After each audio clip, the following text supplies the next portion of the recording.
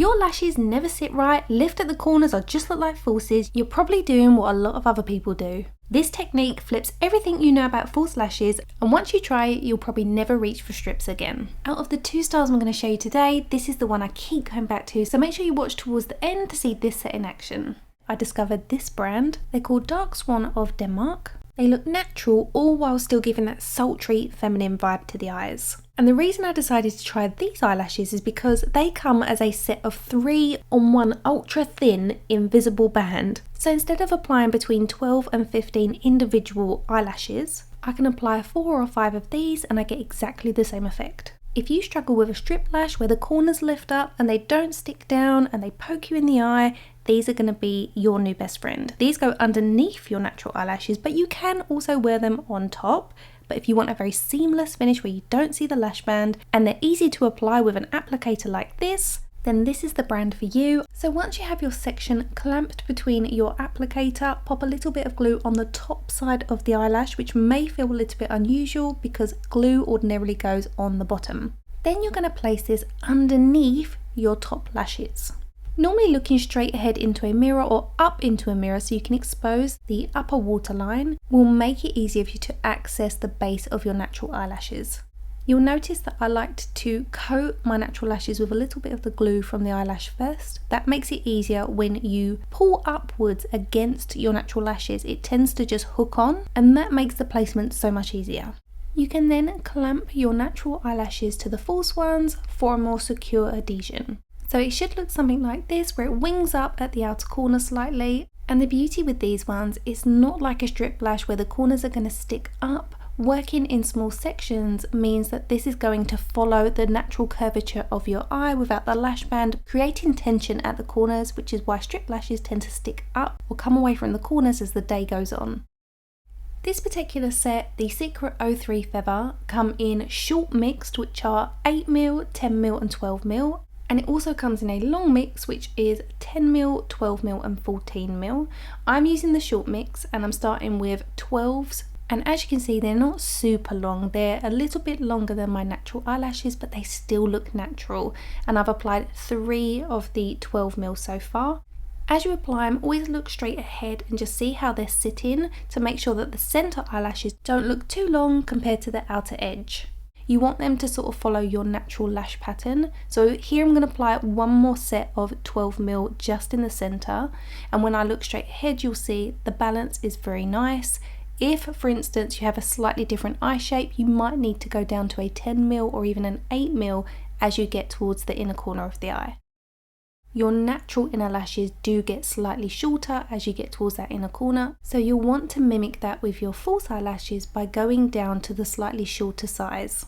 So here I'm applying a 10mm, and again I'm coating the lash first and then popping that on. Once it's in place, I like to either blink down onto the top of the paddle or press upwards against the eyelash, either way which one is more comfortable for you. This just helps to make sure that the eyelash is really pressed against your natural lash for that secure adhesion.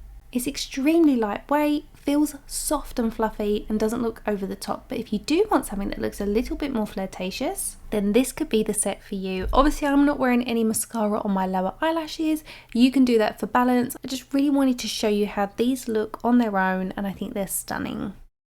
I spotted these when I was shopping for the Secret 03 Feathers. These are the Secret 06 Bloom, and again I have these in the short mix, so 8mm, 10mm, 12mm. I didn't know I'd love them as much until I put them on, and just look how stunning they are. So let's get these on. Now, much like with set 1, I'm starting with 12s on the outer edge. However, when I have individual lashes done by an eyelash technician, if they're too long on the outer edge, my eyes look a bit like Daisy the cow and they droop slightly, which I don't like. So if you have slightly droopy looking eyes on the outer edge, then go with a 10 on the outer edge or even an 8 if your eyes are smaller. Then you can go up a size, so if you do a 10 on the outer edge, you can then move on to a 12, and I promise you it will still look absolutely fine. It won't be as winged on the outer corner, but rather more lifted, and it won't droop. Remember as you go along to give your lashes a pinch so that your natural lash and the false lash secure together.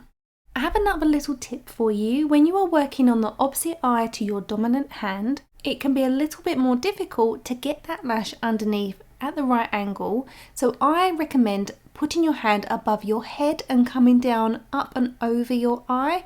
This way you'll be able to scoop that lash underneath your top lashes without trying to awkwardly place them with your arm across your face. That way you're not obscuring your eyes when you are placing that underneath your top lashes.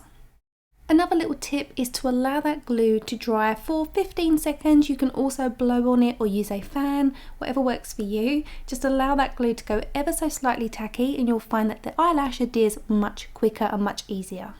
I really love these eyelashes for even just applying to the outer half of your eye. You don't even need to take them all the way across. Having that sweeping effect almost is like a Marilyn Monroe eye. It's so beautiful and very flirtatious. Also, don't be afraid that if you apply it like I did just then and realised it wasn't quite right, take it off and reapply it. You don't have to get it right first time. Strip lashes always are a little bit more difficult because you have to get the whole band to sit in the right place first time. Otherwise you end up with a gap between your natural lash and where the false lash is sitting. Also the corners tend to ping up. That's where it can all get really awkward, whereas these tiny sections really give you some playtime, and applying one slightly at the wrong angle doesn't require you to remove every single one that you've applied. Whereas usually if the strip lash is slightly wrong, the whole thing needs to come off and you need to start again.